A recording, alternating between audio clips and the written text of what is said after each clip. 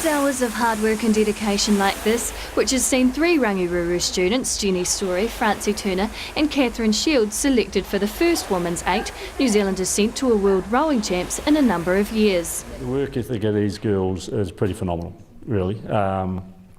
We don't train as long and as hard as some of our competitors do, but we like to think we train smart, and when we do train, they train at a very high level of intensity, which is, we believe, is better. Short, sharp, get it snappy, be positive, and get home is the main thing. So rather than flogging them for 120 k's a week, we do sort of 60 k's maximum, but we look at quality, we teach them how to row nicely, and just get everything else so that they, even though they probably don't think so, they're actually in good condition. So when they're tired, they're actually in good nick rather than just worn out. The 3 plus another girl, Evie McFarlane, who was also selected for the junior women's team, are part of the all-conquering Rangiruru rowing squad, which returned home from last month's Māori Cup with an impressive haul of 8 golds, 2 silvers and 3 bronze medals. And that success they put down to a real family feel amongst the squad. Like, we've got such a big squad this year, and it's just been such a family atmosphere, and it always has been, because you do everything together, like every day after school, every morning, every weekend nearly, and so you just get to know everyone from lots of different year groups as well. It's not like an A team where only the seniors get in and only a few young people. It's like quite a decent number of girls from each year, so you kind of know the school a lot better. After Māori Cup, the 4 girls were selected to trial for the New Zealand team, and amongst them there's definitely mixed feelings of how the trials went. They're actually not as, not as hard as people say they are. Like, I mean, it's up to you how much effort you put into it, but, it's quite relaxed, really. The first day is the hardest because you have a 2km test, and that's quite a pressure situation. They put us in like a squash court, and it's just you and the erg and the selectors behind you, watching over you, and you're all it's all hooked up to the computers and things like that. So it's quite daunting, but you just got to remember it's a 2km, you've done them before and stuff. And then after that we just do seat racing basically all week, and that just varies on what they need to see and what they don't know about yet. But clearly the feelings about being selected to represent New Zealand and follow in the footsteps of their idols are unified. Amazing.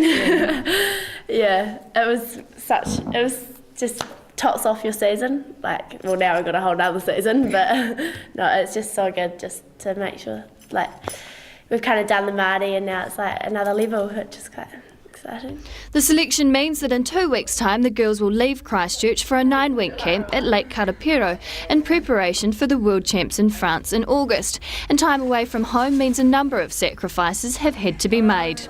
It's a bit scary. I'm a bit apprehensive about it. I've never really been away from family that long, and so it's going to be a bit weird. And all my last year of school, going to miss quite a few things and that happened at school and stuff, which is going to be quite sad. But it'll be something new that not many people get the opportunity to do. But time away from home will not deter the girls from the job at hand.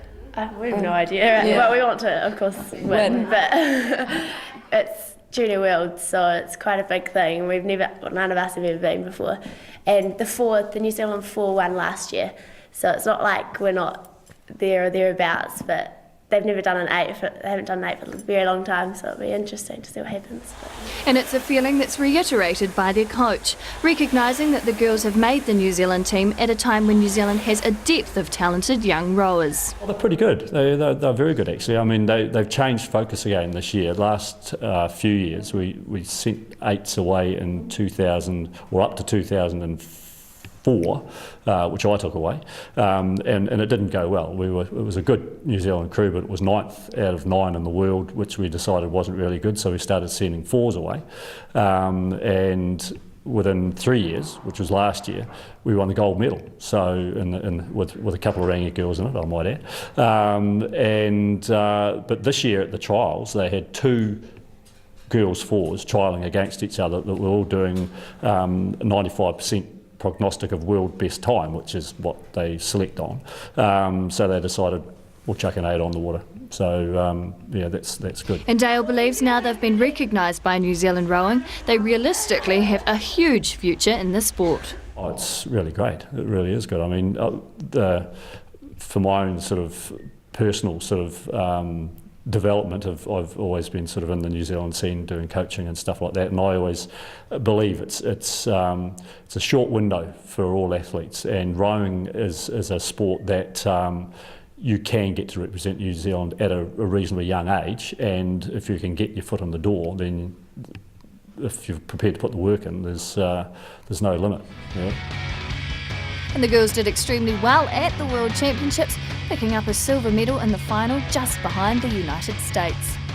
That's all.